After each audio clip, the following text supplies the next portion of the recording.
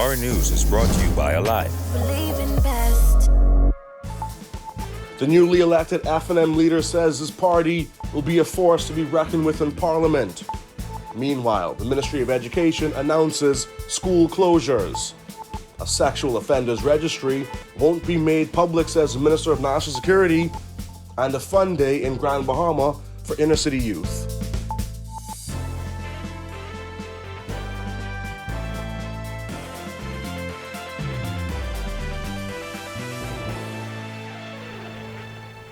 Welcome to our news and thanks for joining us. I'm Jared Higgs. Topping news tonight, despite being small, the opposition will be a force to reckon with, according to newly elected Free National Movement leader and Marco City Member of Parliament, Michael Pintard. Jasmine Brown reports. The newly elected Free National Movement leader spent much of his first week in the party's top post in the House of Assembly as parliamentarians debated and passed the supplementary budget and VAT amendment bill. Pintard and his fellow MPs spent the majority of that time calling out the Davis administration and strongly objecting to value-added tax being added to breadbasket items and other formerly zero-rated items. We believe that we are doing what we have come to the House to do, which is to talk about the issues that affect our constituents and the broader public. We've listened carefully to the case being laid out by the government, and we have raised objections where we thought it was necessary, because it's clear that a certain narrative is being created, which we do not believe is the appropriate one. Once you've been elected to government, your responsibility is to fulfill those promises that you've committed. The Marco City MP, whose leadership campaign centered on uniting a fractured Free National Movement, was elected leader of the party during a special one-day convention 1 week ago. He secured 297 votes, while Central Grand Bahama MP Iram Lewis got 44 votes, and East Grand Bahama MP Kwesi Thompson secured 120 votes. Pintard, Lewis, and Thompson, along with former Prime Minister Hubert Minnis, make up the F&M's 7 MPs in Parliament. The Davis administration won 32 seats. Despite their numbers seemingly placing them at a disadvantage, Pintard says they will still hold the government's feet to the fire. In the last term, they had 4 members. They are presently the government. This is a very fluid situation, and quite frankly, I think we have some dynamic representatives on our side and who understand the issue, who are prepared to consult with colleagues who would have sat in the various ministries, and we have had a groundswell of support that have emerged from the private sector, from civil society, from faith-based organizations, and from persons who've been involved in politics but not active over the last several years. So we believe that we have the support team required to make sure that we are prepared for the parliamentary debate. So I'm very hopeful and optimistic. He added what the opposition hopes to do most is keep the Davis administration accountable, especially when it comes to fulfilling their promises. The speech from the throne is designed to lay out the broad objectives of an administration, particularly its legislative agenda. The budget sends the signal to the public in terms of the priorities that you're going to fund. We understand that both political parties over time have sought to take political jabs, but to the extent that you do not focus on your vision, your legislation, and your policies, it is a disservice to the public. And so our job is really to say to the government, you've won. The public has passed a judgment on our time in government. Now that you're in the chair, let's get the job done. Reporting for our news, I'm Jasmine Brown. Schools will close on December 10th, and there won't be any end-of-term exams, according to a statement by the Ministry of Education released on Saturday evening. According to that statement, Report Card Day, which was previously scheduled for December 16th, is also postponed until a later date. The last working day for teachers will be December 17th, with dismissal at noon. Teachers will return to work on January 4th, and students will be engaged in a hybrid learning environment starting January 11th, pending approval from the Ministry of Health and Wellness.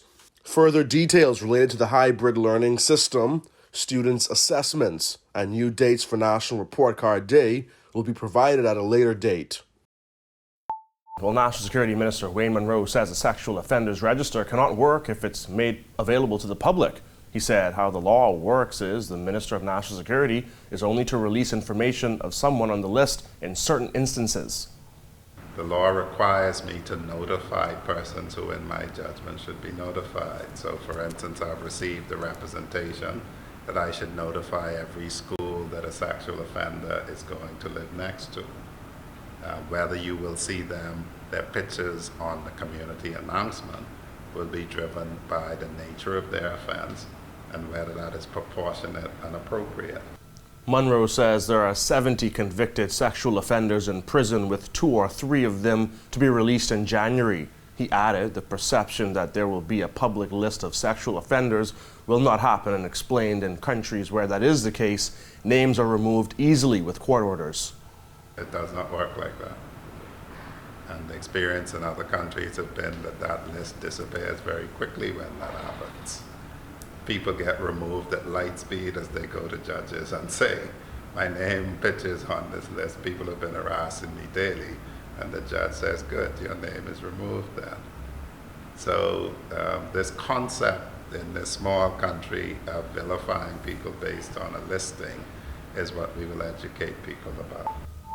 Opposition leader Michael Pintard is calling on the Davis administration to be clear about how it plans on addressing those soon-to-be expired doses of the Johnson & Johnson COVID-19 vaccine. We have 20,000 doses of vaccine that can quite possibly expire. We should hear from the Minister of Health about what they intend to do. Are you going to donate it to another country so it's not a problem? Or more importantly, are you going to ramp up the program? On Tuesday, Health Minister Dr. Michael Darville revealed that about 20,000 doses of the Johnson & Johnson COVID-19 vaccine will expire by the end of the year. He said interest in the Johnson & Johnson vaccine dwindled a few months ago when the country received free Pfizer doses from the United States. Behave as if we are in extraordinary times in order for those doses to be used, not merely to escape it going bad, but to meet life saving needs that our people have right now. 14 groups are set to begin recording next week for a virtual Junkanoo production to air on Boxing Day and New Year's Day.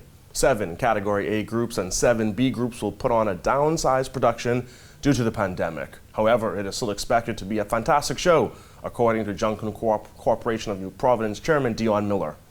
The whole group, it won't be the whole group in that it's an enormous size. You know, some of those groups can be as much as 500 persons. So every category A group will be allowed to assemble 65 persons, inclusive of dancers, choreograph, backline, etc. And they will assemble and they will perform. The government, we are grateful this year, was able to give them a small stipend of seed funding money.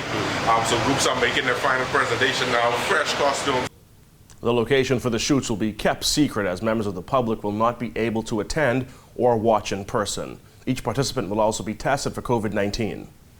A groups and B groups, so in total there are 14, because of the budget there are 14 groups, 7 A groups, 7 B groups. All of the marquee groups will be on board. The Valley Boys, the Saxons, One Family, Roots, Genesis, they're all there, they're all making their final preparations. The trash talk has begun, and we're excited. We're just excited to get back some semblance of normalcy. Miller also revealed there will be no judging. There will not be kind of an official winner. The Junkanoo group leaders came together and they decided to do this project in the spirit of unity. So this project is in the spirit of Junkanoo, the spirit of unity. But I'm sure, Kyle, as you know in Junkanoo, there will always be a social media competition of who looked better, who sang better, who did it the best. And we can't get away from that. But officially, this will be for the spirit of Junkanoo. Still to come on our news, a U.S.-based doctor encourages Bahamians to get the jab. And it's beginning to look and sound a lot like Christmas in Port Lucaya. And later, Alive spreads joy this holiday season. Stay tuned. Welcome to our news and thanks for joining us. Topping news tonight. COVID-19 remains a serious threat. Coronavirus COVID-19 has disrupted our economy, tourism industry, educational system, and put our healthcare facilities and professionals on high alert. Are you prepared? Do you have all the facts? Stay tuned to this network for the very latest news and information on this global pandemic.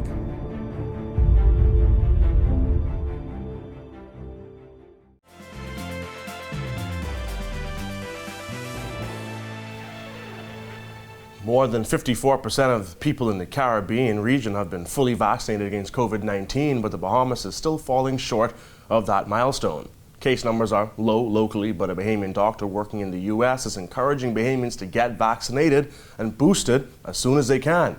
Here's Christina Dragovich. This virus doesn't care about anything. It doesn't care about the color of your skin, how much you weigh, what you look like, what type of diseases you have. And actually, if you have medical diseases, that's even more of a reason why you should get the vaccine, because we do know that people that have pre-existing conditions are at more risk for death if they get COVID.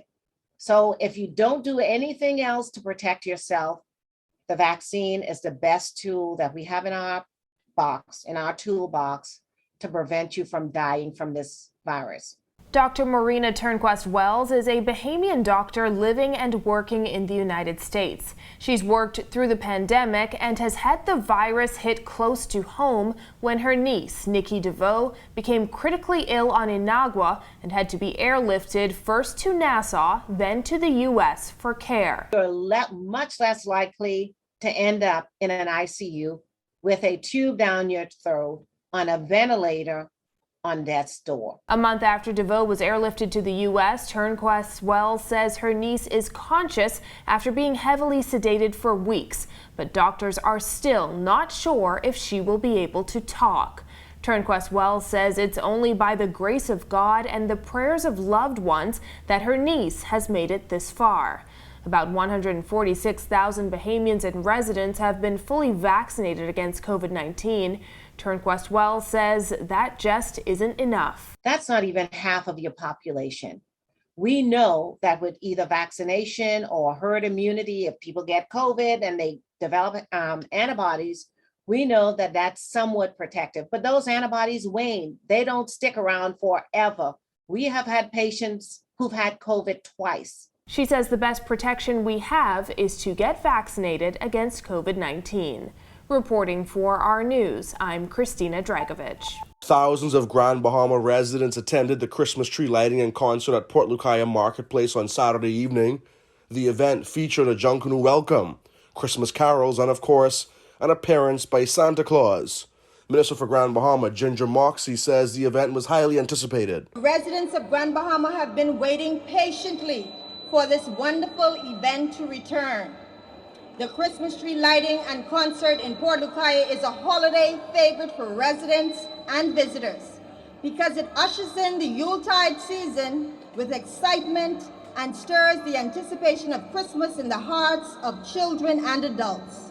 The festivities come on the backdrop of a difficult past 2 years in Grand Bahama. The island was severely impacted by Hurricane Dorian's landfall in 2019, and 6 months later, the world began to cope with the effects of the COVID-19 pandemic. Moxie says that's all the more reason to enjoy your loved ones this holiday season. Our country and world has experienced a lot of changes, and the COVID-19 pandemic has added another layer to an ongoing recovery and rebuilding efforts. We have been through a lot this year, and unfortunately, some of us have lost friends and loved ones along the way. For this reason, I encourage all of you to spend lots of time with your loved ones this holiday season. When our news comes back from the break, Alive hosting a fun day in Grand Bahama. Plus, we count down the quotes of the week, the details when our news returns. Welcome to our news and thanks for joining us. Topping news tonight. COVID-19 remains a serious threat. Coronavirus COVID-19 has disrupted our economy, tourism industry, educational system, and put our healthcare facilities and professionals on high alert. Are you prepared? Do you have all the facts? Stay tuned to this network for the very latest news and information on this global pandemic.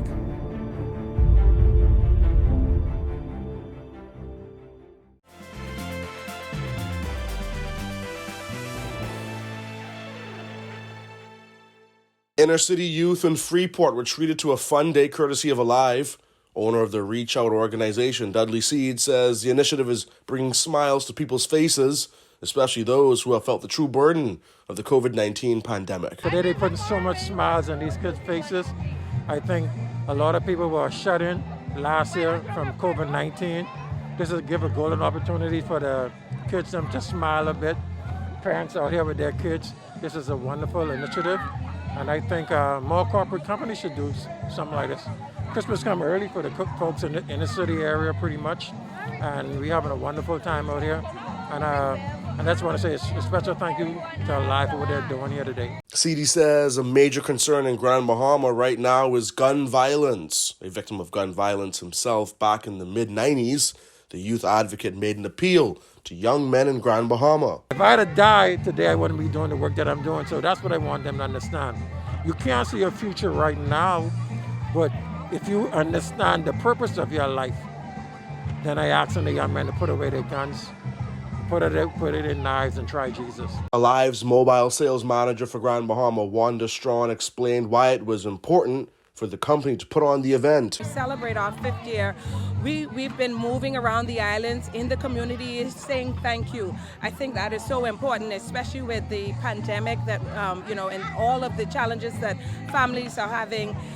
What better way to end the year with us giving children an opportunity to have gifts, have something great to just celebrate. There's so many little ones here, and as Dudley would have said, so many young men are losing their lives, and so to see young men here helping us give back and saying thank you to the many families, it really makes a difference. Ingrid Delva attended the event with her 9- and 3-year-old grandsons. I'm enjoying it very much, and it's good to know that these companies are giving back to the community. When we hear the music and stuff, get you in the mood for that celebration. Roshika Lockhart also attended the fun day with her son. She says she's feeling the Christmas spirit and thanked the organizers of the event. I brought my ball. We played with the kids. We got this food, hot dog, hamburgers, sodas, popcorn, cotton candy, snow cones. They're actually giving out prizes. You gotta play game to get the prizes. You gotta play with the kids. They are doing face painting over there. Richard, if you look, you'll see my son right there in the green. Okay. And so you're from this community? Yes, sir. Okay. And it's good, thanks to Dudley, thanks to Alive. They're actually making it good. Still ahead, find out the quote of the week. Stay with us. Welcome to our news and thanks for joining us. Topping news tonight. COVID-19 remains a serious threat. Coronavirus COVID-19 has disrupted our economy, tourism industry, educational system, and put our healthcare facilities and professionals on high alert. Are you prepared? Do you have all the facts? Stay tuned to this network for the very latest news and information on this global pandemic.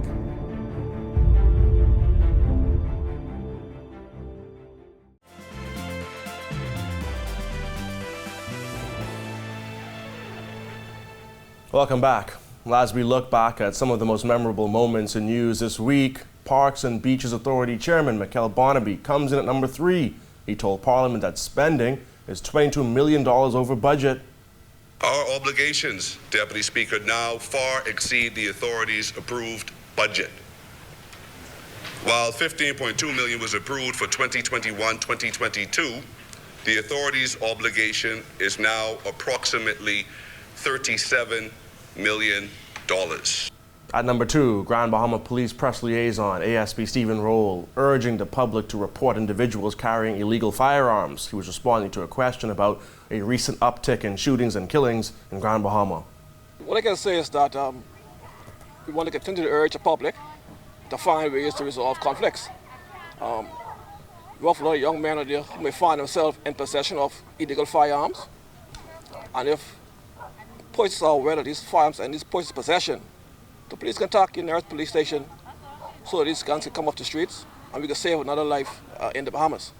And your quote of the week comes from Anglican MP Glenys Hannah Martin, who urged her fellow male parliamentarians to state their stance on marital rape. The topic has emerged again recently with several parliamentarians in government and opposition stating their support for criminalizing marital rape. This is a problem. And so in this particular period, we are bringing a focus to this issue, because when those of us who are parents, when we have girls, when we have daughters, nobody wants their daughter to be the subject of violence or any sort of assault or assailing circumstance. The men have to be the strongest advocates. Yes. Someone said to me the other day, Why are we asking the women about marital rape? What do the men think about it? Let go on the record so the country can know. So the country can know.